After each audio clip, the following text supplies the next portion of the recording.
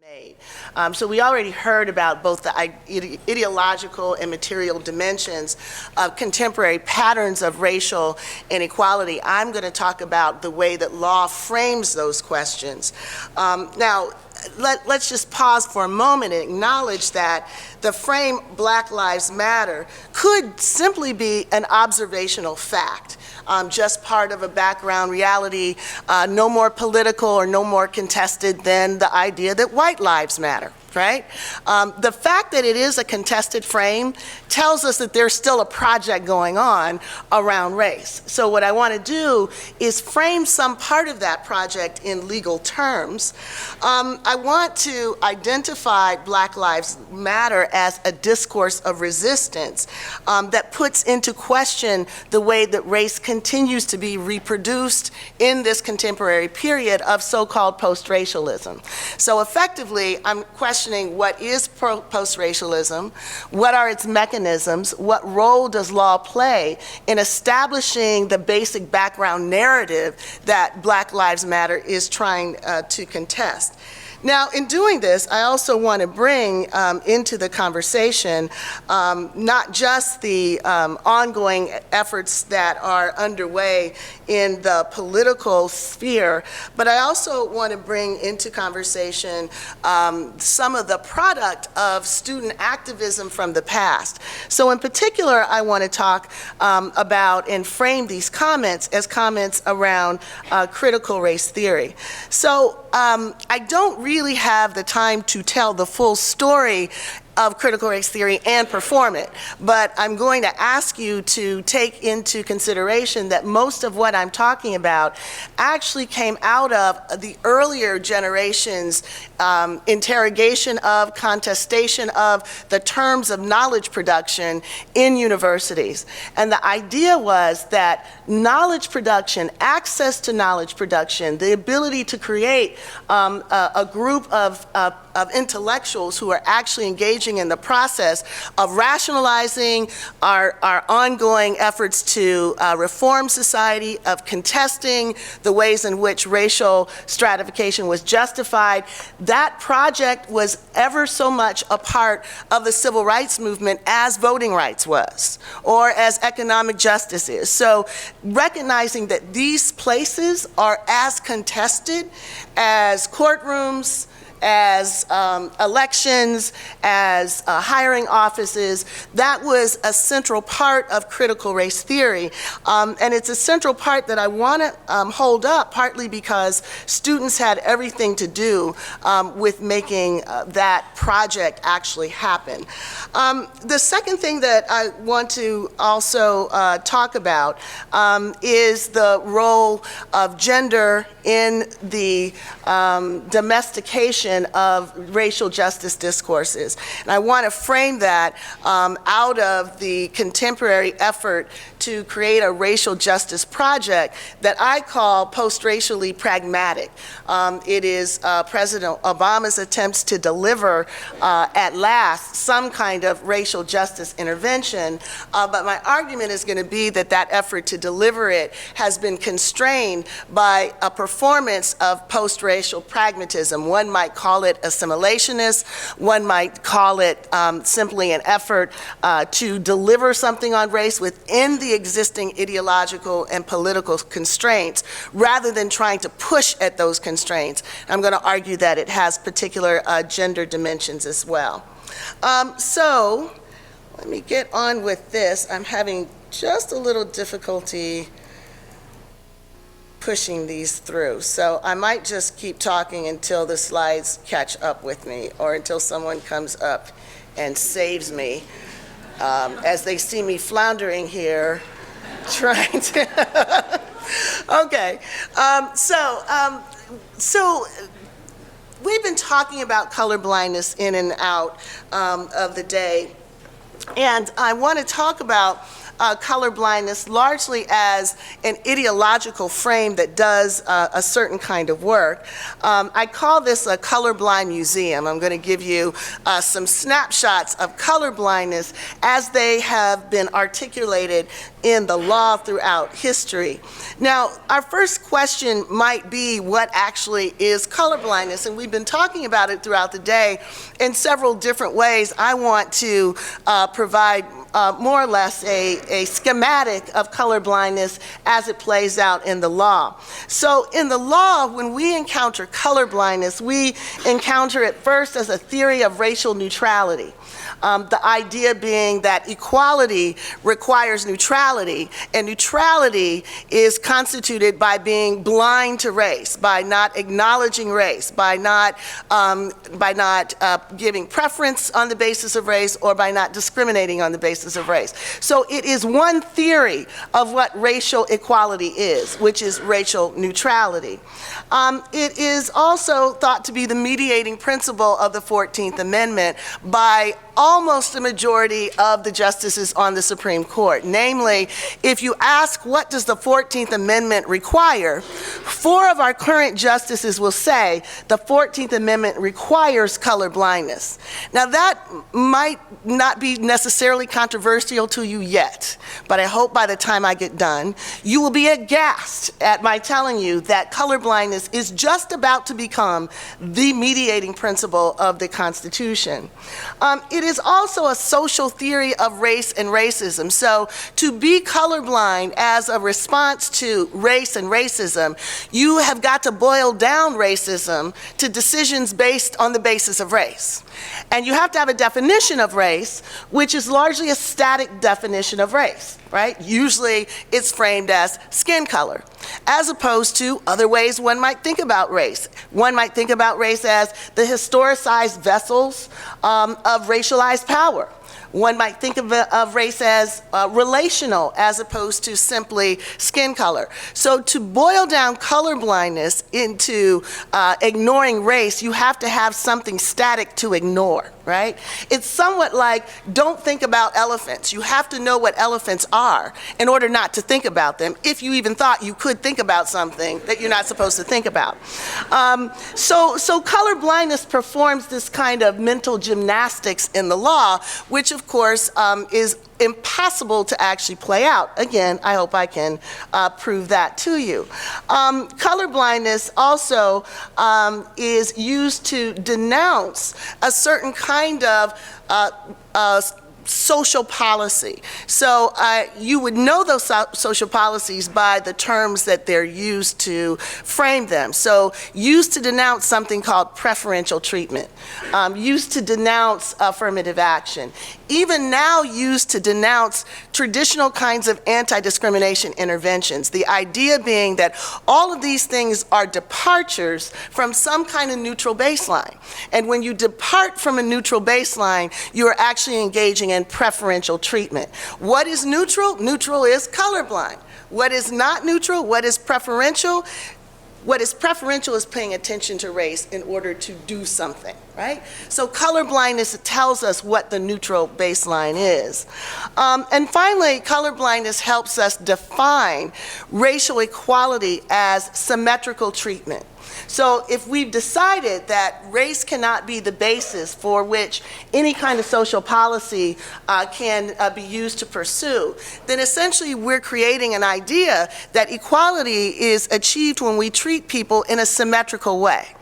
And so what I hope you'll be able to see in a second, that particular notion of equality is not new.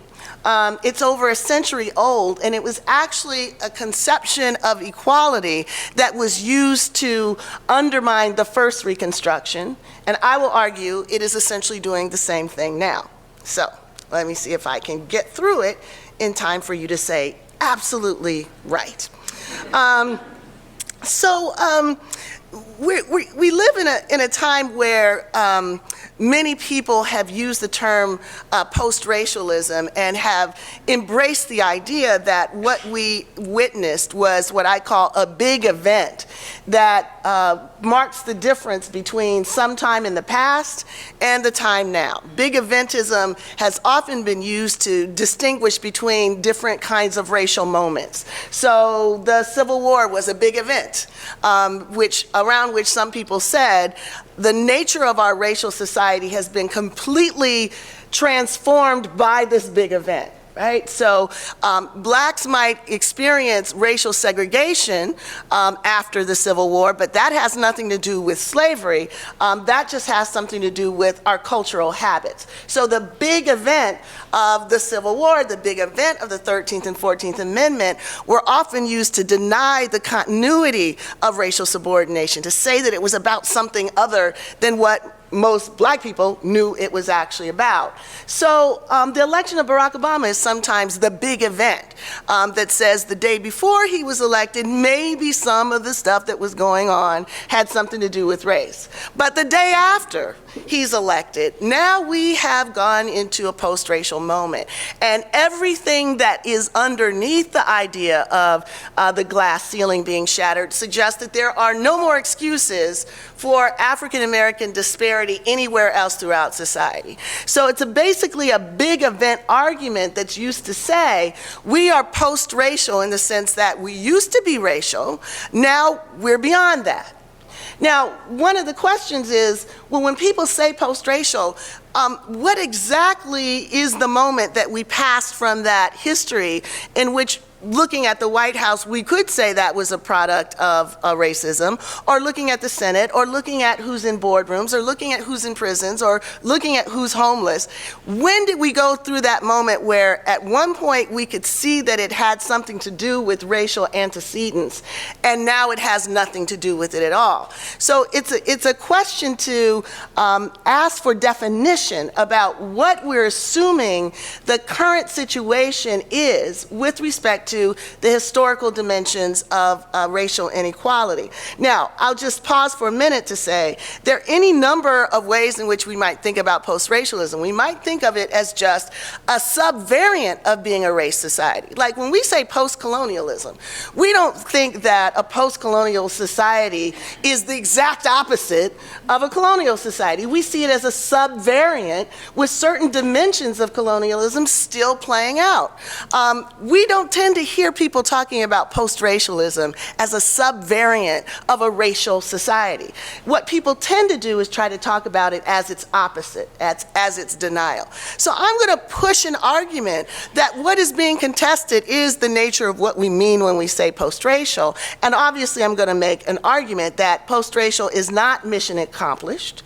It is not the idea that we are all now working together, and it's not the idea that race no longer bears any particular definitional content for understanding how our society works. Now, what I will say is at issue is broad competition between two different competing ideologies about how to capture and whether to intervene in contemporary racial inequality. So I've got two quotes up here. One, the first one, frames the ongoing disparity in terms of a society in disrepair. Something that has to be fixed.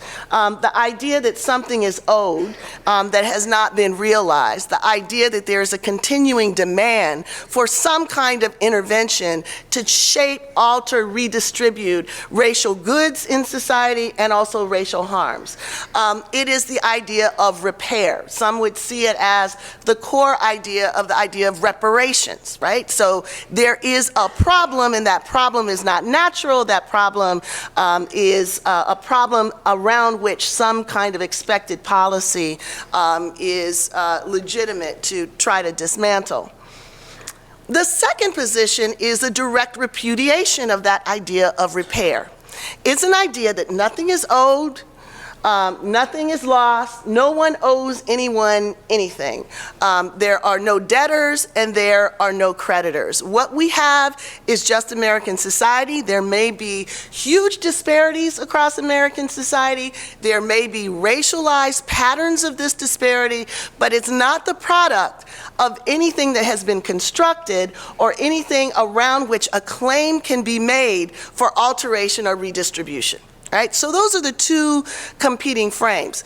Does anyone recognize the source of either one of these frames? What's the first one? Martin Luther King. When? March on Washington. So some of you probably don't realize that this was something that Martin Luther King said at the March on Washington, probably because you've heard the endless loop of the one thing that we are all taught that he said, which was what? I had a dream that one day my children would be judged by the content of their character, not the color of their skin. So most people hear the colorblind evocation of that speech. That's what gets celebrated every year, and every February we hear it over and over. We don't hear the deep indictment of American society that he also delivered. In fact, for the most part, the speech was an indictment of the status quo. It was an indictment of the failure to make good of the promises of the Civil War, the 14th Amendment. It was a demand for immediate and effective intervention. This last part was the flourish at the end. But the flourish at the end has more or less served as the basic marker of Martin Luther King, when in fact there was this deep sense that this is a society in disrepair. What about the other quote? Who's that from?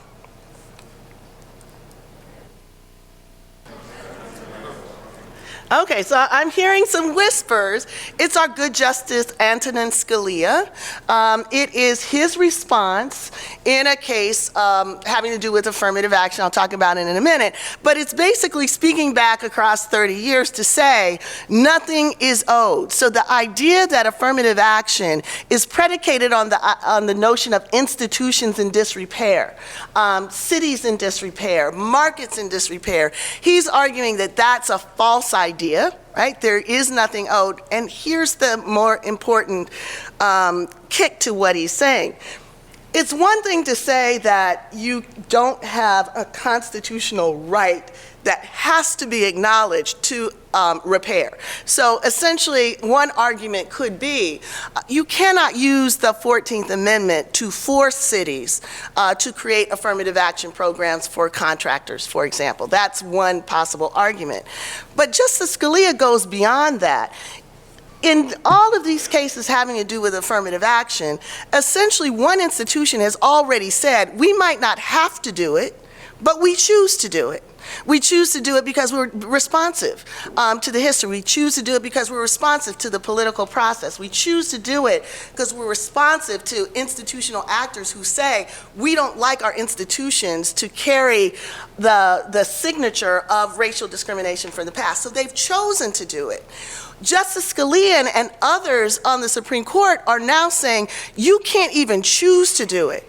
We're going to insulate the status quo against even politically legitimate efforts to create these on-ramps into these institutions and to change the way they do business. So in a sense, this position is one that constitutionalizes the existing status quo. And when I say constitutionalizes, it means we cannot disrupt it without raising a question of constitutionality, without giving to plaintiffs who claim that being deprived of what one of my colleagues calls, it's all about diminished overrepresentation. So many of these institutions are highly disproportionate, in which white Americans have a disproportionate share of most of what's valuable. Affirmative action cases are largely about fights about the diminishment of that overrepresentation. It's still going to be overrepresented, but it's about the diminishment of it. this idea of constitutionalizing the status quo means that the Constitution stands with those who say, I'm injured because our overrepresentation has been diminished, right? So these are the two competing ideas, and colorblindness is at the center of it, largely because the idea is colorblindness requires us to be neutral with respect to the existing status quo. Now, colorblindness is introduced as the would-be victor of the 19th century. If the courts in the 19th century had just held up Justice Harlan's idea that our society is a colorblind society, then the argument is we wouldn't have had all these problems. So I want us to interrogate colorblindness when it was introduced, just to evaluate the extent to which it is true or not that had we simply adapted American society to a colorblind ideal, we would have escaped the history of segregation, we would have a different, more integrated and racially equitable society now. So when I teach Plessy versus Ferguson in my class, I like to ask people who these various characters are. On the right side, my right side, there's a picture of a segregated waiting room, and then there's this person. Who do you think this person is? This is a case about segregation. It's a case that establishes that segregation is constitutional. So you look at this guy, do you think he's the judge in the case? Is he Justice Brown? Is he Justice Harlan? Is he the conductor that apprehended Homer Plessy and threw him off the plane? Who do you think this guy is? How'd you know that? So it is Homer Plessy. And, you know, we were just talking earlier about hypodescent. This is Homer Plessy's genealogy. Way, way, way up in the, I think it's the upper right-hand corner, there's a black person. Way, way up there. And everybody else in his lineage is legally white, right? This genealogy actually raises one of the questions that Homer was trying to make. He actually made two different arguments, but we only know the case for the second argument. The first argument was that this particular system of hypodescent in and of itself was a racial injury. So namely, he obviously has a lot more white blood in him than black. But that preponderance of white blood does not save him from being categorized as black. It's an asymmetrical racial system, right? So you can't find somebody who has the opposite and basically say they're white. If he had been, if all these other ancestors had been black and he had one great-great-grandmother, he wouldn't have been defined as white. So he's saying that there's an asymmetry in the racial system that has deprived him of something valuable. And that thing he's been deprived of is whiteness, right? So that was case number one. Argument number two was, however we are defined by race, to segregate people on the basis of this classification denies those who are defined as black of equal protection of the law. So, now, the response to the first argument was, but you are not white. So because you're not white, you don't have standing to make the argument that you've not been defined as white, right? So essentially it's a circular argument. You can't make that argument because you don't have the standing to make that argument because the actual law has already defined you as not being white. So it's basically the court's refusal to engage in it. Now, I often ask people, if fairy godmother from the past comes forward and says, Homer Plessy, I'm going to bless you with one of your arguments. You just have to decide which one you want to win. You can either win the idea that the racial structure is itself asymmetrical and racist, so that you and people like you can actually make a claim for whiteness that the law will back up. Or do you want to win on the question of whatever the racial classification system is to create racial segregation in this particular social order is unequal under the 14th Amendment? And we have great debates about this, because a lot of people say, well, if you show the inherent asymmetry of the racial structure, then that is a fundamental blow to racism, so we should pull that one out. Right? And other people say, well, not necessarily, because there will still be people who are preponderance of the evidence would be black, and they will still be subject to racial segregation. And it's interesting, over the course of the years, we should dismantle the racial system line has won out over the however people are defined, we should not have segregation, largely because I think people buy the argument that the problem of race is acknowledging race, the problem of race is the one drop of blood rule, so if we just pull that string, it'll all unravel. And I simply say at the end, let us talk about Brazil. If we really think that removing, the juridical category of blackness or providing for greater fluidity in a racial system is actually going to eliminate racism. But I'll just talk about that afterwards if folks want to go there. The Plessy court ultimately decided that segregation was constitutional, but did it on a very curious argument. They said, it is true that the 14th Amendment did create the right to symmetrical treatment, and it created that right of symmetrical treatment as a right to civil equality. It did not create a right to social equality.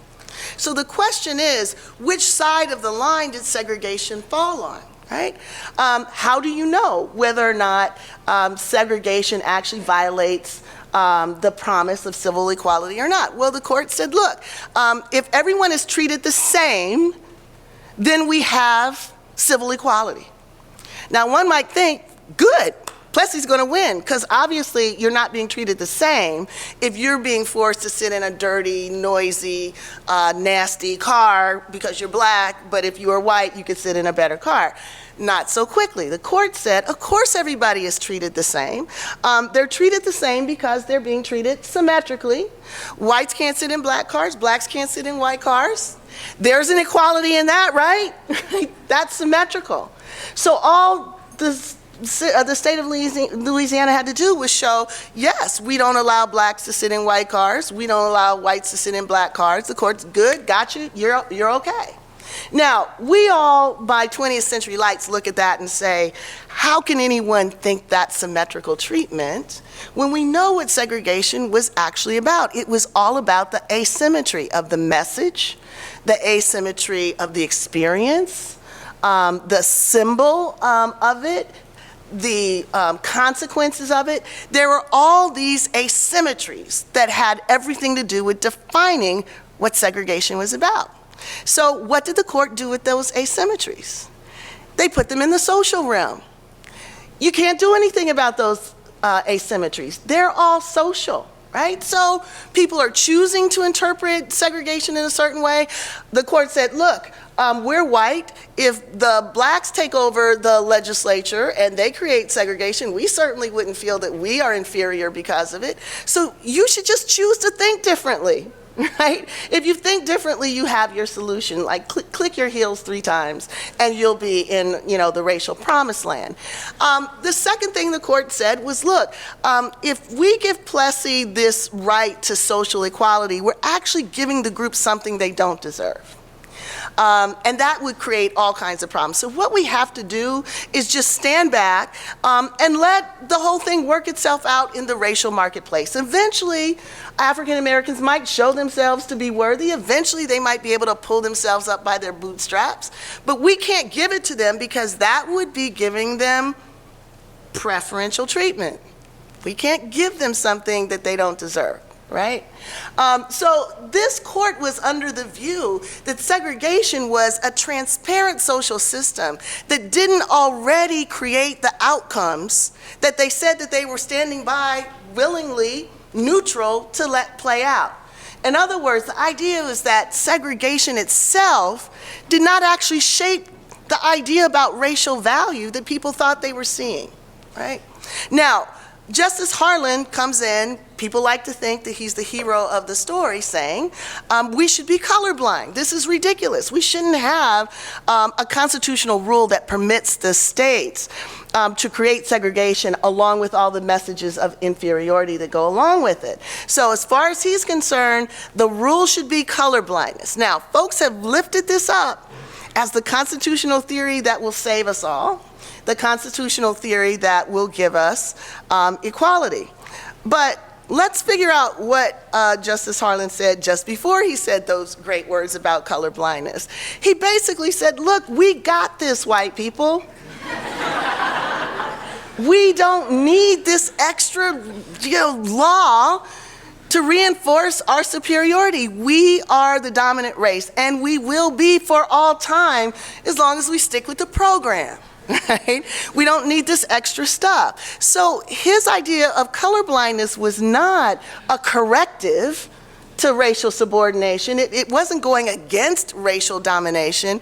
It was perfectly consistent with it. It was more or less, we don't need overkill. And segregation is just overkill, and it's just in bad taste. We really don't need it, right? So this idea that people have that Harlan's notion of colorblindness would save us, or it is somehow got deep bona fides in the idea of racial justice, is just not historically accurate from the point of view of Justice Harlan himself.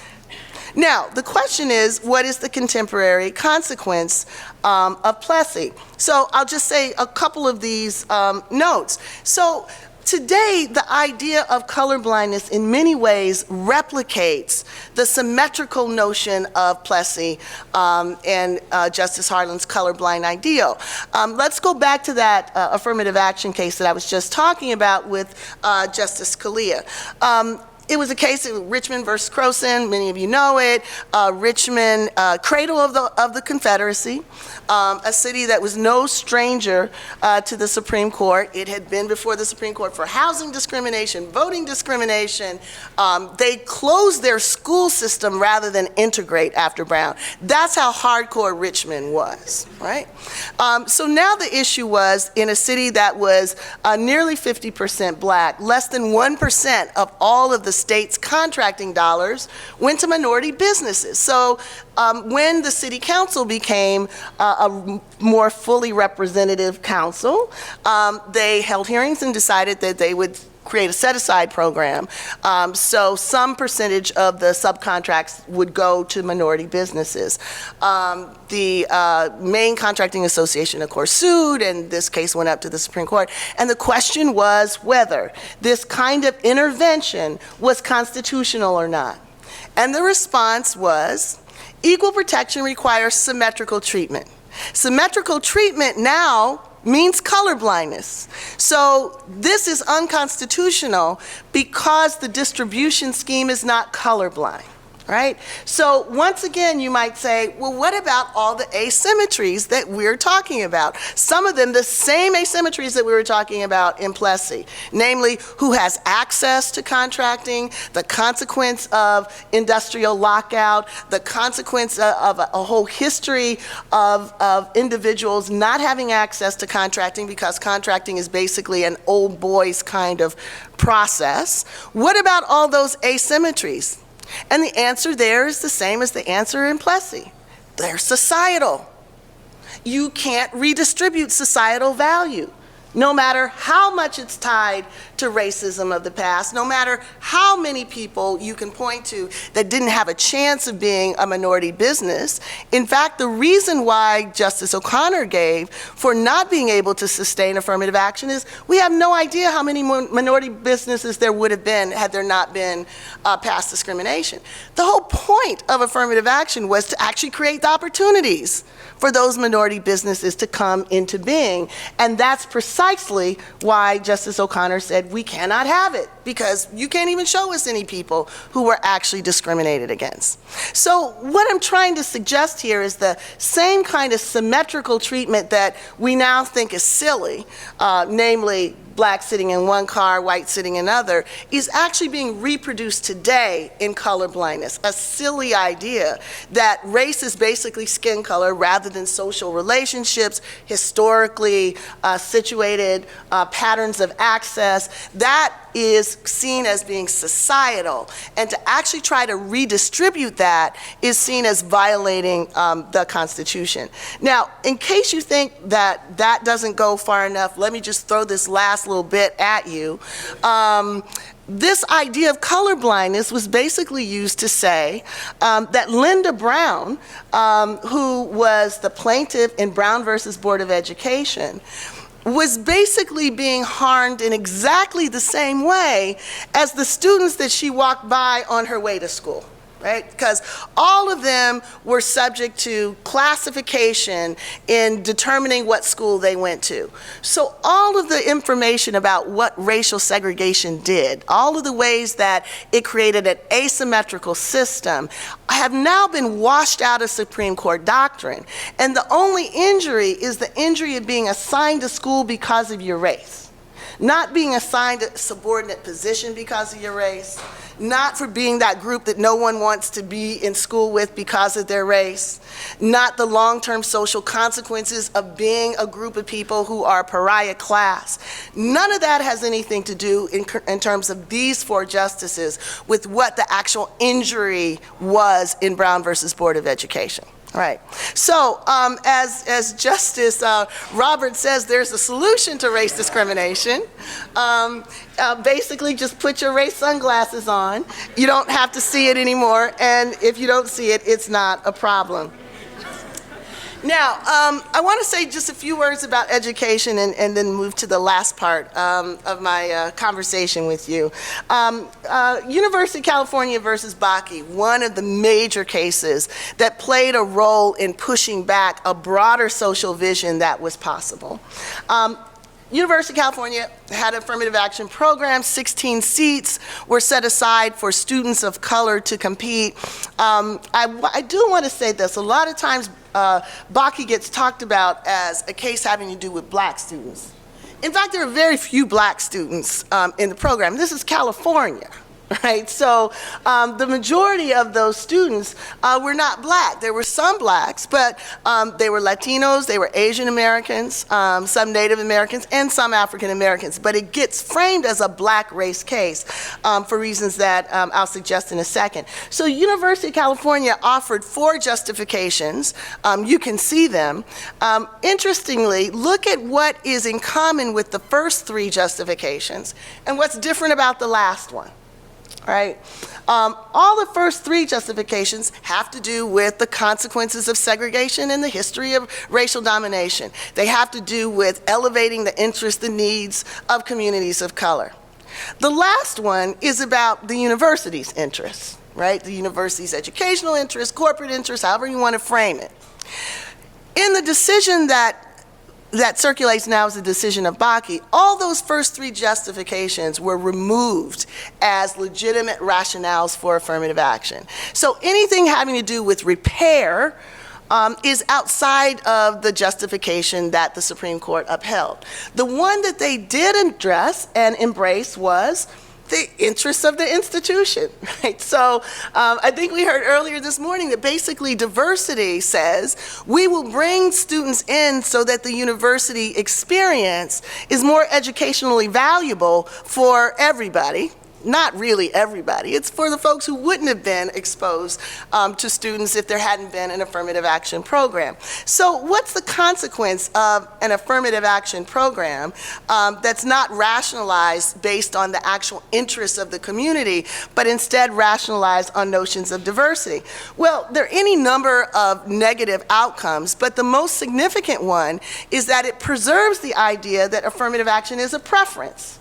It preserves the idea that the students are, by some measure, less qualified, and it preserves the idea that the existing ways in which institutions are functioning are not necessarily problematic. So we kind of see the consequence of that in many of the affirmative action cases that are debated now. Because affirmative action is not a right, it's something that universities can do. States can remove the ability to actually pursue affirmative action. So that's what happened in California. That's what happened in Michigan. That's what happened in Washington. Voters decided to repeal the capacity of universities to actually engage in affirmative action. Some will say that affirmative action is an unjustified preference. I want us to just do a quick thought experiment to see whether it is a preference or something else. If you look at all the different things that the University of Michigan, one of the key states that had an affirmative action program, gave people credit for, you will see that the vast majority of points that were available in the admissions system were wildly maldistributed on the basis of race. Right? So that was a built-in preference in the admission system. So you see you could get 28 points generally on criteria that largely were distributed to white people and maldistributed to people of color. So 20 points were made available for those who were people of color. So the question is not whether the admissions regime was a preference. The question was it too little to offset the preferences that were actually built into the system in the first place, right? So again, the whole fight over diminished overrepresentation, now the whole fight over do these few points actually fully offset the extent to which race is built into the very admission system. Okay, so let me move on and come to a couple final points on this and then say a couple words about gender. The anti-affirmative action debates that we've been talking about have shaped what I call a certain kind of post-racial response. And that post-racial response is one that, first of all, seeks to minimize the importance of affirmative action, and secondly, gives rise to those who say, out of all the different kinds of values and policies being enacted in distributing access to higher education, the only one that's politically problematic is racial equality. So here we have Abigail Fisher, who actually was an average student. There's really no proof that she would have gotten in even if there hadn't been an affirmative action system, but the very fact that she can lay claim that the University of Texas taking race into account was an injury to her. Not an injury that took away the opportunity, just the fact that her race wasn't valued in the admission system was enough to give her standing to actually make a constitutional claim against the University of Texas. This is a broadening of the reverse discrimination argument into an active right not to have race taken into account because it might be something that you don't have access to. I'm sure we've all heard about the arguments and how those arguments actually play out.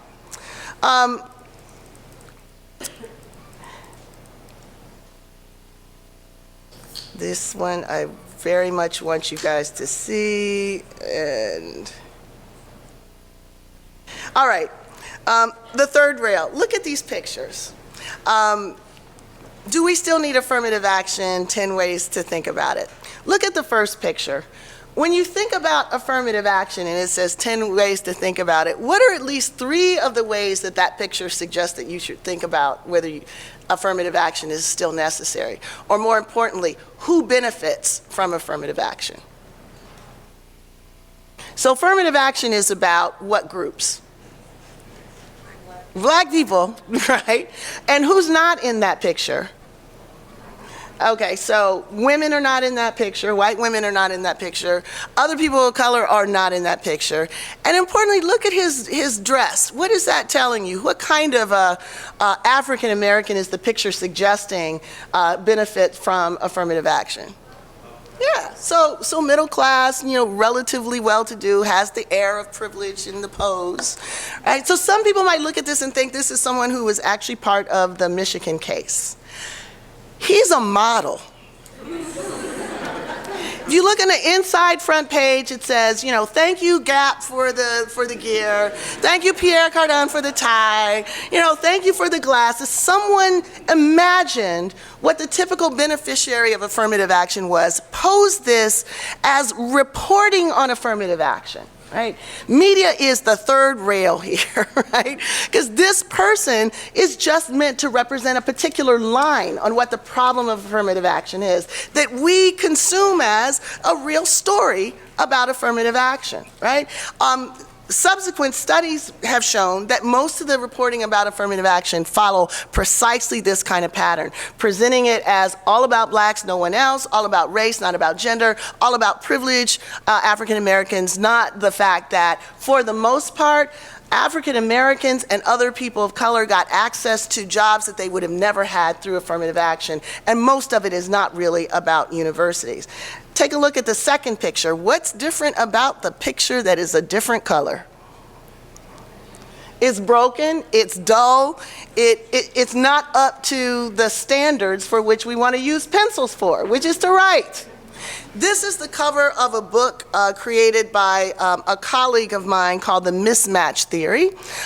He is a liberal, wants to let everybody know this, but his basic argument is that affirmative action actually harms black students. And mind you, he only talks about black students, again, harms black students because it puts them in environments in which they are overmatched. And the overmatching is based on standardized tests. So if I had more time, we could talk about standardized tests, and we could talk about stereotype threat, we could talk about all of the things that make us worry about over-reliance on standardized tests. The basic point is, any argument about black intellectual deficits floats these days. This is on the front page of the New York Times.